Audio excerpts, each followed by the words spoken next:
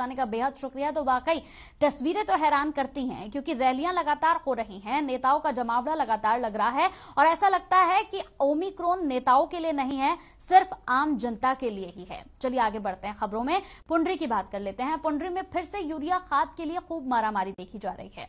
किसान दिन भर यूरिया खाद लेने के लिए लंबी लाइनों में लगा है और उन्हें सिर्फ 500 कट्टे ही खाद बांटा गया है, जबकि किसानों को लगभग 30,000 यूरिया खाद के कट्टों की जरूरत है। जी हां, तस्वीरें टीवी स्क्रीन पर आप देख रहे हैं। एक बार फिर से खाद की किल्लत यहां पर।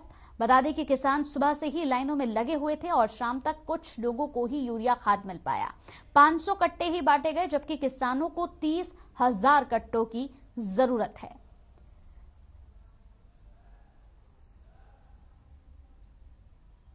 तो किसानों का कहना है कि सुबह से लंबी लाइनों में किसान लग जाते हैं, लेकिन फिर भी उन्हें यूरिया खाद नहीं मिल पा रहा है।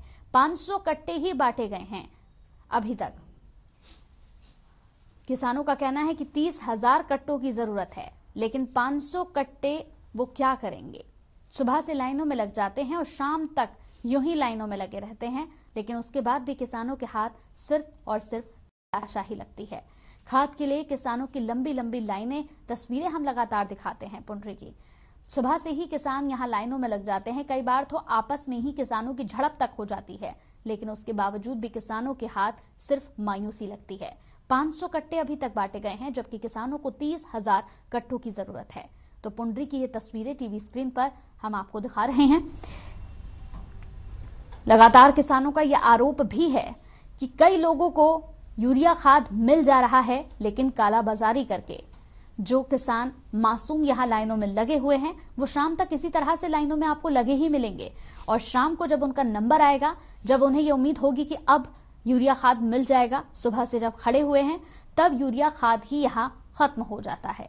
किसानों का खुद कहना है कि हमें काफी नुकसान हो रहा है। अगर यूरिया खाद हमें नहीं मिल पाया तो आने वाले समय में हमारे लिए दिक्कतें, परेशानियां, समस्याएं और ज्यादा बढ़ जाएंगी। यूरिया खाद के लिए लगातार मारामारी हो रही है और दूसरी तरफ कृषि मंत्री का कहना है कि खाद यहां पूर्ण रूप से किसानों को मिल रही है।